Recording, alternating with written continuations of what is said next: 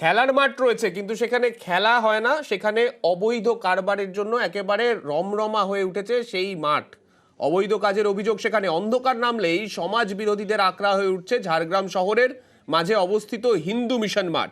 এমনই অভিযোগ হিন্দু মিশন কমিটির তরফ থেকে। আমাদের সঙ্গে রয়েছেন আমাদের প্রতিনিধি রাজু। রাজুর কাছে যাব। রাজু, এই যে মাঠ, এই মাঠে কারা বসেন বা যারা বসছেন তারা এমন কি কাজ করছেন যার জন্য স্থানীয় বাসিন্দারা এরকম অভিযোগ করছেন এবং যাদের মাঠ তারাও এই অভিযোগ করতে বাধ্য হচ্ছেন? একদমই, কারণ সান্দিক যে মাঠটির কথা বলা হচ্ছে এটা হিন্দু মিশন মাঠ, আর এখানেই রাতের অন্ধকারে সামাজিক কাজকর্ম হচ্ছে, বিভিন্ন অবৈধ রকমের কাজকর্ম সেখানে রাতের অন্ধকারে চলছে এবং সেখানে জমি মাফিয়াদের একটা আখড়া হয়ে দাঁড়িয়েছে। কারণ মূলত যেখানে সন্দেশখালী যখন জমি নিয়ে উত্তপ্ত, ঠিক এখনই ঝাড়গ্রামের বিভিন্ন জায়গায় এইভাবেই জমিকে দখল করা হচ্ছে।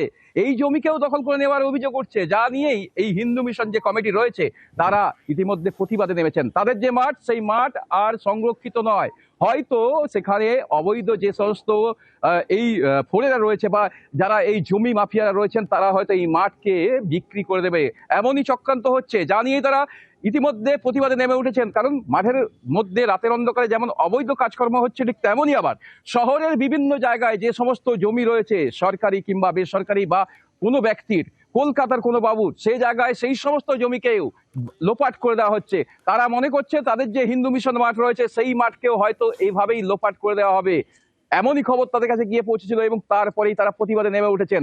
তাদের বক্তব্য, মাঠের মধ্যে যেমন অবৈধ কাজকর্ম রাতের অন্ধকারে হচ্ছে, ঠিক তেমনই আবার তাদের যে এই মাঠ, সেই মাঠকেও হয়তো বিক্রি করে দেওয়ার চক্রান্ত চালাচ্ছে কিছু অবৈধ কারবারি।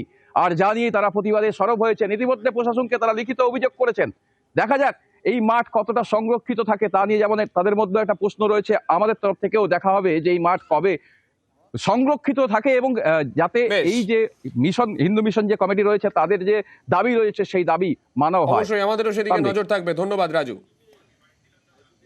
প্রশাসনিক লেভেল, থানা থেকে, এসপি থেকে, ডিএম থেকে প্রত্যেক জায়গাতেই আমরা প্রত্যেকের কপি দিয়ে দিই, আমরা জানিয়েছি। কিছুদিন বলার পরে পুলিশ আসে, দেখে চলে যায়, আবার হয়। এখনও রাত্রের বেলায় প্রচুর অসাধু কাজ হয় এখানে। আমি পৌরসভাতে সেদিন জানিয়েছি যে মাঠটা একটু পরিষ্কার করে এখানে রেখে দিলে স্কুলের ছেলেমেয়েরা খেলাধুলা করবে। এটা তো দানপত্র জমি, হ্যাঁ, তাহলে সেটা কিভাবে হস্তান্তর করা হলো? কিভাবে হয়েছে সেটার জন্যই আমাদের কেস করেছি, কেসে আমাদের পক্ষে রায় দিয়েছে, তার জন্য এরা কিছু করতে পারেনি এখনো।